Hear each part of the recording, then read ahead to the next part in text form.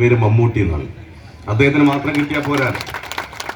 അദ്ദേഹം പറഞ്ഞതെന്താണെന്ന് ചോദിച്ചാൽ, നമ്മളൊക്കെ കളിയായിക്കൊണ്ട് അദ്ദേഹം പറഞ്ഞതെന്ന് വെച്ചാൽ, എൻ്റെ വയസ്സ് 24 വയസ്സിൽ എൻ്റെ വളർച്ച നിന്നുപോയി എന്നാണ് അദ്ദേഹം ഒരു ഇന്റർവ്യൂവിൽ പറഞ്ഞത്. ഇത്ര വയസ്സിൽ 24 വയസ്സിൽ എൻ്റെ വളർച്ച നിന്നുപോയി.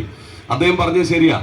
അദ്ദേഹത്തിന്റെ മകള് സുറുമയുടെ കല്യാണത്തിന് ഈ ദുൽഖറിന്റെ ഒരു ഏച്ചിയുണ്ട്, അധികാരിക്കും അറിഞ്ഞൂടാ, നല്ല ഫോട്ടോഗ്രാഫറാണ്, നല്ല ചിത്രകാരിയാണ്. അവളുടെ കല്യാണത്തിന് 10,000-കണക്കിന് ആൾ പങ്കെടുത്തിരുന്നു. വിളിച്ചവരും വിളിക്കാത്തവരും. മമ്മൂട്ടിന്റെ മോളെ കല്യാണമല്ലേ, സകല ആളുകൾ എത്തിച്ചേർന്നിട്ടുണ്ട്. ആ 10,000-കണക്കിന് ആളുകളിൽ ഏറ്റവും സുന്ദരൻ മമ്മൂട്ടി തന്നെയാണ്. വരനെ ആരും നോക്കുന്നില്ല, വധുവിനെ ആരും നോക്കുന്നില്ല. ദുൽഖർ അന്ന് സിനിമയിലെത്തില്ല, ഓനെ ആരും നോക്കുന്നില്ല. ശബ്ദ സൗന്ദര്യത്തിന്റെയും ശരീര സൗന്ദര്യത്തിന്റെയും അവസാനത്തെ വാക്കായി ഈ ചങ്ങാതികർ നിൽക്കുമ്പോ, നമ്മളൊക്കെ പഴയ കാലത്ത്, ഞാനൊക്കെ 20 വയസ്സുള്ള സ്ഥലത്ത് 35 വയസ്സുകാരനെ വയസ്സൻ എന്നാണ് കണ്ടിരുന്നത്. ഇപ്പൊ നിങ്ങൾ ആലോചിക്കുക, 73 കഴിഞ്ഞ് 74 അദ്ദേഹം നിൽക്കുന്നതിനും നമ്മുടെ ആരോഗ്യത്തിന്റെ, നമ്മുടെ സൗന്ദര്യത്തിന്റെ, നമ്മുടെ സൗഭാഗ്യത്തിന്റെ ഒക്കെ പ്രതീകമായി അദ്ദേഹം നിൽക്കുന്ന സമയത്ത് മെക്സവിന് കൊടുക്കാനുള്ള മറുപടി നിങ്ങൾക്ക് മാത്രമല്ല, വലിയ പ്രശസ്തർക്ക് മാത്രമല്ല, വലിയ സംവിധാനമുള്ള ആളുകൾ മാത്രമല്ല, വലിയ പൈസക്കാർക്ക് മാത്രമല്ല, ഏറ്റവും സാധാരണക്കാരന് പോലും എന്താണ്, ഏറ്റവും വലിയ ചെറുപ്പക്കാരനായി ഞങ്ങൾ ഇത് വാഗ്ദാനം ചെയ്യുന്നു. കൊണ്ടോട്ടിയിൽ നിന്ന് ആരംഭിക്കുകയാണ്. അവിടെ വലിയ മോയിൻകുട്ടി വൈദ്യരുടെ ഒക്കെ വലിയ സാംസ്കാരിക കേന്ദ്രമായ അവിടെ നിന്ന് ആരംഭിച്ച പ്രിയങ്കരനായ സലാഹുദ്ദീൻ സാർ തുടക്കമിട്ട അതിന്റെ രണ്ടാമത്തെ ഘട്ടം എന്ന് പറയുന്നത് കടലൂരാണ്. അതെന്തുകൊണ്ട് അങ്ങനെ സംഭവിച്ചെന്ന് അറിയില്ല. ഏതായാലും നിസാറിനായ ഞാനാണ് വാസ്തവത്തിൽ അത് ഉദ്ഘാടനം ചെയ്തത്. മാത്രമല്ല, നിങ്ങൾ ഈ വിളിച്ച മുഖ്യ അതിഥികളില് ഒരുപക്ഷെ കുറച്ചുകൂടി ഇവിടെ എന്താ പറയുക, നിങ്ങളോട് ഒരു സൗഹാർദ്ദമല്ല. കാരണം ഞാൻ 1, 2, 3 ദിവസം എന്താണ് ഇതിന്റെ എക്സസൈസ് ചെയ്തിട്ട് ആദ്യഘട്ടത്തിൽ കഷ്ടപ്പെട്ട ഒരാളാണ്. കഷ്ടപ്പാടല്ല, അതൊരു ഘട്ടം കഴിയേണ്ടിയായിരുന്നു. പക്ഷേ ഞാൻ കുറച്ച് ദൂരെ ട്രാൻസ്ഫർ ആയി പോയതുകൊണ്ട് മാത്രമാണ് അതിന്റെ കൂട്ടത്തിൽ വരാതിരുന്നത്. കാരണം ഈ വിളിച്ച ഉദ്ഘാടകനെയാണ് ആദ്യം എന്താണ് ചെയ്തത്. ഉദ്ഘാടക പിന്നെയാണ് എക്സസൈസ് ചെയ്തതിന് ശേഷം. പിന്നെ എന്താണ് ഞാൻ പറയാൻ വിചാരിച്ച കാര്യമൊന്നുമല്ല പിന്നെ പറഞ്ഞത്. കാരണം എന്താ വെച്ചാൽ, എൻ്റെ ശരീരം കൊണ്ട്, എൻ്റെ മനസ്സുകൊണ്ട് ഇത് ഗംഭീരമായ ഉജ്ജ്വലമായ ഒരു പരിപാടിയാണുള്ള പ്രോഗ്രാമാണ്. അങ്ങനെ ചെയ്യുകയാണെങ്കിൽ എന്താണ് ശരിക്കും എന്താന്ന് വെച്ച് കഴിഞ്ഞാൽ, ഈ എക്സസൈസ് സത്യത്തിൽ എന്താ വെച്ചാൽ നമ്മുടെ ശരീരത്തിന്റെ കാര്യമൊക്കെ ഇവിടെ വിശദീകരിച്ചു. നമുക്ക് ഏറ്റവും വലിയ വയറൊക്കെ കുറയുക മാത്രമല്ല, നമ്മുടെ പലതരത്തില്, കാരണം മെക്സവൻ എന്ന് പറയും, ഈ 7 എന്ന് പറയുന്നത് വല്ലാത്തൊരു മഴവിൽ കൂട്ടായ്മയാണ്, മഴവിൽ സഖ്യമാണത്. 7 നിറങ്ങൾ, 7 സ്വരങ്ങൾ എന്നൊക്കെ പറഞ്ഞുകൊണ്ടുള്ള ആ ഒരു വലിയ സൗഭാഗ്യത്തിനുണ്ട്.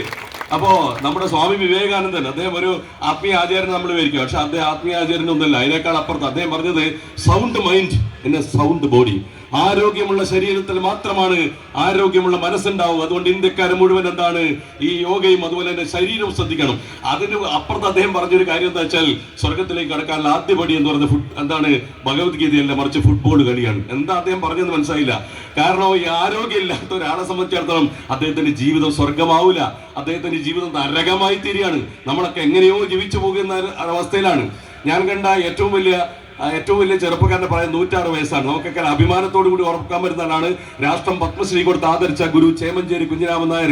ഈ ലോകത്തോട് വളരെ അദ്ദേഹത്തിന് 106 വയസ്സാണ്. 103 വയസ്സിൽ അദ്ദേഹത്തിന് ഞാൻ കണ്ടിട്ടുണ്ട്. അദ്ദേഹത്തിന് എന്താണ് മേപ്പയൂർ സ്കൂളുകാർ അദ്ദേഹത്തിന് പത്മശ്രീ കൊടുത്ത സമയത്ത് ആദരിക്കെ, മേപ്പയൂർ സ്കൂള് വലിയ സ്കൂളാണ്, ആദരിക്കുന്ന നടന്നെന്ന് വെച്ചാൽ 4ാം നിലയിലാണ്. അപ്പൊ ഞാൻ ഓടിപ്പോയി ശ്രീത്ത് മാഷോട്, ശ്രീത്ത് വിയ്യൂർ എന്ന് പറഞ്ഞ മജീഷ്യനായ ഇംഗ്ലീഷ് അധ്യാപകൻ, അദ്ദേഹത്തിനോട് പറഞ്ഞു, എന്തൊരു തോന്നിയാസം ഇത്, വയോധികനായ ചേമഞ്ചേരിനെ നിലത്തും നിങ്ങൾ ആദരിക്കേണ്ടത് മേലേന്ന്. അപ്പൊ അദ്ദേഹം ചിരിച്ചുകൊണ്ട് പറഞ്ഞത് എന്താ വെച്ചാൽ, അതിനകത്തപ്പം പ്രശ്നം, ഞങ്ങൾ NSSന്റെ വിദ്യാർത്ഥികൾ, ചെറുപ്പക്കാരുടെ വിദ്യാർത്ഥികൾ ചുവന്ന കസേരയിട്ട് വരും, ചേമഞ്ചേരിനെ അതിനകത്തേക്ക് ഇരുത്തും, മേലോട്ട് കൊണ്ടുവന്ന് ഇറങ്ങി.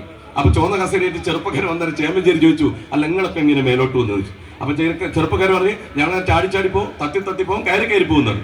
അപ്പൊ ചേമഞ്ചേരി വന്ന് കസേര മാറ്റുന്നത്, ഞാനും അങ്ങനെ പോകുന്നതാണ്. നിങ്ങൾ ആലോചിച്ചോക്കണം, 106 വയസ്സ്, 40 വയസ്സ് കഴിഞ്ഞാൽ പച്ചയും ചുവപ്പും മഞ്ഞയും ഗുളികയില് മുട്ടുവേന നടുവേനയായിട്ട് നിങ്ങൾക്ക് എത്തിയത് ആരുടെ സഹായം ഇല്ലാതെ 4ാം നില വരെ കയറിയത് മാഷുമാര് കണ്ടു, ടീച്ചർമാര് കണ്ടു, കുഞ്ഞുങ്ങൾ പേടിച്ചു. ഞാനും കൂട്ടത്തിൽ എന്താണ് പിന്നാലെ സ്റ്റേജിൽ കയറുമ്പോൾ പിന്നെയും വർഷം എന്നെ ആരും തോന്നിട്ടാണ്. അദ്ദേഹം തന്നെ കയറി 10 മിനിറ്റ് സംസാരിച്ച് 15 മിനിറ്റ് എന്താണ് കഥകളിയുടെ വ്യത്യസ്തമായ ഭാവങ്ങൾ അവതരിപ്പിച്ച് കടന്നുപോയ ചേമഞ്ചേരി എന്താണ് 106 വയസ്സ് വരെ. കാരണം അദ്ദേഹം എന്താണ് ഡെയിലി ഈ മെക്സവൻ പോലെ തന്നെ അദ്ദേഹം കഥകളിയുടെ വ്യത്യസ്തമായ ഭാവങ്ങളൊക്കെ നമ്മൾ നിസ്കരിക്കുന്ന സമയത്ത് എക്സസൈസിന്റെ ഒരു അംശം അതിൽ കൂടിച്ചേരുന്നത് പോലെ എന്താണ് നമ്മുടെ ജീവിതത്തിന്റെ ഭാഗമാണ്. പക്ഷെ ഇതിൽ ഏറ്റവും ഞാൻ മനസ്സിലാക്കുന്നത് വെച്ചാൽ, ഒറ്റ കാര്യം പറഞ്ഞ് ഞാൻ അവസാനിപ്പിക്കുക, അത് ഈ ഒരു ഇരിപ്പ് എന്ന് പറയുന്നത് മറ്റൊന്നും വേണം. കാരണം ഏകാഗിയായി നമ്മുടെ ഫോണിൽ, നമ്മുടെ സ്വകാര്യ ഇടങ്ങളിൽ, നമ്മുടെ TV-യുടെ മുമ്പിൽ നിൽക്കുന്ന ഒറ്റപ്പെട്ട മനുഷ്യന്മാരോട് പറയാനുള്ളത്, മെക്സവന് പറയാനുള്ളത്, കൂടെ ഞാനുണ്ട്. ഏറ്റവും വിശുദ്ധമായ പദമാണത്. നിങ്ങളുടെ കണ്ണീര് തുടക്കാൻ, നിങ്ങളുടെ മുഖത്ത് പുഞ്ചിരി വിരിക്കാൻ കൂടെ ഞങ്ങളുണ്ട് എന്ന് പറയുന്നത്. ഞാൻ ഒരു ചെറിയ കഥ വേഗം മനസ്സിലാവും. കാരണം ഒരു അടുക്കളയുടെ ഭാഗത്ത് മാളം വെച്ച് താമസിക്കുന്ന എലി രാവിലെ നോക്കുന്ന സമയത്ത് ഞെട്ടിക്കുന്ന 5 മണിക്ക് പുറത്തേക്ക് ഇറങ്ങാൻ നോക്കുന്ന സമയത്ത് ഞെട്ടിക്കുന്ന കാഴ്ച കാണുന്നത് വീട്ടമ്മ എലിപ്പെട്ട് തുറച്ച് വൃത്തിയാക്കുന്നു. എന്താ സംഭവിക്കുക? അന്ന് പുറത്തേക്ക് ഇറങ്ങും, തേങ്ങയുടെ കപ്പയുടെ എന്തെങ്കിലും അംശം കിട്ടാൻ വേണ്ടി പുറത്തിറങ്ങും, എലിപ്പെട്ടിയിൽ കൊടുങ്ങും, അടിച്ചു കൊല്ലപ്പെടും, മുക്കിക്കൊല്ലം. പേടിച്ചിട്ട് ആ വീട്ടിലെ കോഴിയോട് കോഴി എലിപ്പെട്ട് വെച്ചിട്ട് നമ്മളെല്ലാം ശ്രദ്ധിക്കും. ഒന്ന് ഈ ആപത്ത് പ്രതിസന്ധി പ്രശ്നങ്ങളൊന്ന് പരിഹരിക്കണമെന്ന് കോഴി വരെ പോകാൻ ഇറങ്ങി. എലിപ്പെട്ട് വെച്ച എലി ശ്രദ്ധിക്കുക, ഞാൻ ഏറ്റവും ബന്ധമില്ല. ആ വീട്ടിൽ ഒരു ആടുണ്ടായിരുന്നു. ആ ആടിനോട് പറഞ്ഞു ആടെ എലിപ്പെട്ട് വെച്ച് നമ്മളെല്ലാം ശ്രദ്ധിക്കണം. ആട് പറഞ്ഞു എന്നെ ഉദ്ദേശിച്ച് വെച്ചത് നീ ശ്രദ്ധിച്ചാൽ മതി, ഞാൻ വീട്ടിൽ ബന്ധമില്ല, ഞാൻ അതിൽ ഇടപെടില്ല എന്ന് ആട് കുഞ്ഞു പറഞ്ഞു. പിന്നെ ആ വീട്ടിൽ ഒരു പോത്തായിട്ടുണ്ട്. പോത്തിനോട് പറഞ്ഞു പോത്തെ എലിപ്പെട്ട് വെച്ച് നമ്മളെല്ലാം ശ്രദ്ധിക്കുന്നത്. പോത്ത് പറഞ്ഞു 2025 കേട്ട ഏറ്റവും വലിയ തമാശ, പോത്ത് എലിപ്പെട്ടി തമ്മിൽ എന്താണ് പോകുന്നിറങ്ങി. ശരിക്കും സംഭവിച്ചെന്തറിയോ? അന്ന് രാത്രി വീട്ടമ്മ 12 മണിക്ക് എലിപ്പെട്ടൊക്കെ റെഡിയാക്കി വെച്ച് 12 രൂപ സമയത്ത് എന്തോ വീന്ന് വെച്ച് കിട്ടിട്ട് കൈ നീട്ടതാ. അതിനെ അടിച്ചു കൊന്നിട്ട് 2ാമത് വെക്കാലോ, കൈ നീട്ടെ. പക്ഷേ എലി പുറത്തിറങ്ങിയിട്ടില്ല. ആപത്തുണ്ടല്ലോ. 2 ദിവസം പട്ടിണി ആണെങ്കിൽ പുറത്തിറങ്ങണ്ടെന്ന് വിചാരിച്ചിട്ട് സൈഡിൽ കൂടെ പോയ പാമ്പ്, വിഷപ്പാമ്പ് കുടുങ്ങി ഇങ്ങനെ നിൽക്കുകയാണ്. അതിന്റെ വാലിങ്ങനെ കുടുങ്ങി നിൽക്കുകയാണ്. അതിലേക്കാണ് വീട്ടമ്മ കൈ നീട്ട് കൈക്ക് കടിച്ച് കൈക്ക് കൊത്തി പഴയ കാലമാണ് വൈദ്യരെ വിളിച്ചു വരുത്തിക്കൊണ്ട് എല്ലാ ചികിത്സയും നിർദ്ദേശിച്ച് അവസാനം പറഞ്ഞത് രോഗിക്ക് 4 മണി പുലർച്ചെ 4 മണിയാകുമ്പോഴത്തേക്ക് കോഴി സൂപ്പ് വെച്ചു കൊടുക്കണം. കോഴിയുടെ എല്ലും ഇറച്ചിയും മദ്യയും മാംസമൊക്കെ തറച്ചിട്ട് ഗംഭീരമായിട്ട് കഷായം വെച്ചു കൊടുക്കുക. നേരത്തെ ഇതിൽ സംസാരിച്ച ഒറ്റ കോഴി മാത്രം വീട്ടിലുണ്ടായിരുന്നു. അതിന്റെ കഥ കഴിഞ്ഞു. പിന്നെ ഈ രോഗിയെ കാണാൻ വേണ്ടിയിട്ട് വിരുന്നുകാരുണ്ടല്ലോ, ബന്ധുക്കൾ വരുന്ന എങ്ങനെയാ? വാട്സപ്പ് മെസ്സേജ് തന്നെ ഒറ്റക്കല്ല, ഏകാഗിയായിട്ടല്ലേ വരിക. വയനാട്ടിൽ നിന്ന് പായും തലയണയും കുഞ്ഞു കുട്ടി പരാതിനങ്ങളായിട്ട് എന്താ ഭക്ഷണം കിട്ടും. പഴയ കാലത്ത് വിശപ്പാണല്ലോ, ഭക്ഷണം കിട്ടുമെന്ന് വിചാരിച്ചിട്ട് രോഗിയെ കാണാൻ വ്യാജേന ഇവിടെ വന്ന സമയത്ത് എന്തെങ്കിലും കൊടുക്കാനുണ്ടോ? ആട്ടിനെ അറുത്തിട്ട് കരിച്ചിട്ടും പൊരിച്ചിട്ടും ഫ്രൈ ആക്കിയിട്ട് നല്ല വരട്ടിയിട്ടൊക്കെ 3-4 ദിവസം ആട്ടിറച്ചി കൊടുത്തിട്ട് ആടിന്റെ കഥ കഴിഞ്ഞു. പിന്നെ ചികിത്സിച്ച് കടം ഭരിക്കുന്ന സമയത്ത് പോത്തിന് അറവുകാരനോടുത്ത് 4 ദിവസം കൊണ്ട് പോത്തിന്റെ കഥയും കഴിഞ്ഞു. ഒന്നും സംഭവിക്കാതെ എലി ആ മാളത്തിൽ തന്നെ ഉണ്ടായിരുന്നു. നമ്മുടെ നാട്ടിൽ ഇപ്പൊ എന്താണെന്ന് വെച്ച് കഴിഞ്ഞാൽ എന്തെങ്കിലും ഒരു ആപത്ത് സംഭവിച്ചു കഴിഞ്ഞാൽ അമ്പ് കിട്ടുകാരനാണ്, ഇമ്പ് കിട്ടുകാരനാണ്, അയാളെ മോനാണ്, ഇയാളെ മോനാന്ന് ഒഴിഞ്ഞു മാറിയില്ലേ? ഒഴിഞ്ഞു മാറില്ല. കൂടെ ഞാനുണ്ട്. ഒരു വീട് ഇരുണ്ട് നിൽക്കുന്ന സമയത്ത് എന്താണ്? കൂടെ ഞങ്ങളുണ്ട്. പ്രശ്നങ്ങളുണ്ട്. നിങ്ങളുടെ മോന് പ്രശ്നമുണ്ട്, മോക്ക് പ്രശ്നമുണ്ട്, പ്രശ്നങ്ങൾ പ്രതിസന്ധികളൊക്കെ ഉണ്ട്. പക്ഷെ എന്താണ്? നിങ്ങൾ ഈ ജീവിതത്തിൽ നിന്ന് പോകാൻ ഞങ്ങൾ സമ്മതിക്കില്ല. കഴിഞ്ഞ വർഷം 2023 കേരളത്തിൽ നിന്ന് ആത്മഹത്യപ്പെട്ട ആളുകളുടെ എണ്ണം 8500 അത് വിശദീകരിക്കുന്ന സമയത്ത് നമ്മുടെ പ്രിയപ്പെട്ട മുഖ്യമന്ത്രി പറഞ്ഞത് കലയായിരിക്കണം ചെറുപ്പക്കാരൻ, ലഹരി പുകയിലാവാൻ പാടില്ല, ലഹരി ആവാൻ പാടില്ല. അദ്ദേഹം പരിശോധിച്ച് നോക്കുമ്പോൾ +1 പ്രായത്തിൽപ്പെട്ട, +2 പ്രായത്തിൽപ്പെട്ട, ഫസ്റ്റ് ഡിഗ്രി പ്രായത്തിൽപ്പെട്ട കുഞ്ഞുങ്ങൾ അവർ കോഴി തിന്നുന്നുണ്ട്, അൽഫാം തിന്ന്, ബർഗർ തിന്നുന്നുണ്ട്. പക്ഷെ ഒരു പ്രതിസന്ധി വരുന്നേരം പരിഹരിക്കാൻ കഴിയാത്ത ഈ കുഞ്ഞു മക്കളെ അവരെ MT വാസുദേവൻ നായരായിരിക്കണം അവരുടെ ലഹരി. MDMA ആവരുത്. തുഞ്ചത്തെഴുത്തച്ഛൻ കുഞ്ചൻ നമ്പ്യാരായിരിക്കണം അവരുടെ ലഹരി കഞ്ചാവായി തീരുന്നത് എന്നൊക്കെ നമുക്ക് നീട്ടി പറയാം. നേരത്തെ ഇവിടെ മനോഹരമായിട്ട് നമ്മുടെ ചെയർപേഴ്സൺ പറഞ്ഞൊരു കാര്യമുണ്ട്. കാരണം നമ്മളിങ്ങനെ കൂടിച്ചേരുന്ന ഒരു മനുഷ്യരെ കാണുകയാണ്. അവിടെ ജാതിയില്ല, അവിടെ മതമില്ല, മറ്റൊരു താല്പര്യമില്ല. മനുഷ്യരെ കാണുന്ന സമയത്ത് നമുക്ക് ഉണ്ടാകുന്ന ഊർജ്ജം നടന്ന് ചില്ലറയില്ല.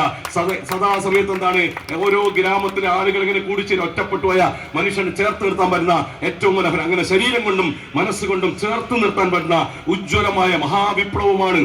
ഒരുപക്ഷെ ആരോഗ്യത്തിന് ചൈനയിലൊക്കെ പലപ്പോഴും പറയാം, നമ്മൾ അസംബ്ലി വിളിക്കുന്നേരം +2 വിദ്യാർത്ഥി 5 മിനിറ്റ് കഴിഞ്ഞാൽ തലയിട്ട് വീഴുകയാണ്. ആരോഗ്യമില്ല കുഞ്ഞുങ്ങൾക്ക്. ആ കുഞ്ഞുങ്ങളെ കൂടി ചേർത്തിട്ട്, ചെറുപ്പക്കാരെ കൂടി ചേർത്ത്, ഈ ഫുട്ബോൾ കളിക്കുന്ന ചെറുപ്പക്കാരല്ല, ഒരുപാട് പ്രശ്നം +2കാർക്ക് ഇപ്പോൾ ഉണ്ട്. പല പ്രതിസന്ധികളുണ്ട്. അതിന്റെ കാരണം എന്താണെന്ന് വെച്ച് കഴിഞ്ഞാൽ രാവിലെ 9 മണി മുതൽ 4 മണി എലിപ്പെട്ടി പോലത്തെ ക്ലാസ്സിൽ റൂമിൽ അവരെ അടച്ചിട്ടിട്ട് ഇൻഫർമേഷൻ കുത്തിച്ചെലുത്തുമ്പോൾ അവർക്ക് കലയില്ല, അവർക്ക് SSI ഇല്ല, അവർക്ക് സ്പോർട്സ് ഇല്ല, അവർക്ക് ആട്ടമില്ല, പാട്ടുമില്ല, അവർക്ക് ചിത്രകലയില്ല, അവരുടെ അഭിനയില്ല, ഒന്നുമില്ലാത്ത രീതിയിലാണ്. അവരെ കൂടി ചേർത്ത് നിർത്തിയിട്ട് കേരളത്തിന്റെ മഹാവിപ്ലവമായി, ഇന്ത്യയുടെ മഹാവിപ്ലവമായി മെക്സവൻ മാറിത്തീരണമെന്ന് വലിയ ആഗ്രഹമുണ്ട്. ഞാൻ അവസാനിപ്പിക്കാണ്. ഒരു കൊക്കക്കോള കുടിച്ച് എങ്ങനെ ആത്മഹത്യ ചെയ്യാമെന്ന് പൊതുമണ്ഡലം പൊതുപരിസരം പഠിപ്പിക്കുമ്പോൾ ഒരു ഇളനീര് കുടിച്ച് സ്നേഹത്തിന്റെയും സൗഹാർദ്ദത്തിന്റെയും ശരീരാരോഗ്യത്തിന്റെ മനസ്സിന്റെ ആരോഗ്യത്തിന് ഒരു ഇളനീര് കുടിച്ച് അങ്ങനെ ജീവിതത്തിലേക്ക് തിരിച്ചു വരുന്ന പഠിപ്പിക്കുന്ന ഉജ്ജ്വലമായ പാഠശാലയാണ്, സാംസ്കാരിക പാഠശാലയാണ് മെക്സവൻ എന്ന ഗംഭീരമായ ഈ പരിപാടി എന്ന് മാത്രം പറഞ്ഞുകൊണ്ട് ഞാൻ അവസാനിപ്പിക്കുകയാണ്. ഇത്ര നേരം എന്റെ വാക്കുകൾ ശ്രമിച്ചത് നിങ്ങൾ കേട്ടല്ലോ. ഇത്ര നേരം എന്നെ സഹിച്ചതിന് ഇരുന്നല്ലോ, ഇത്ര നേരം എന്നെ സ്നേഹിച്ചതിന്, അപ്പൊ സഹിച്ചതിന്, ശ്രമിച്ചതിന്, സ്നേഹിച്ചതിന് എല്ലാവിധ നന്ദിയും പറഞ്ഞുകൊണ്ട് ഞാൻ എന്റെ വാക്കുകൾ അവസാനിപ്പിക്കുന്നു. നന്ദി, നമസ്കാരം.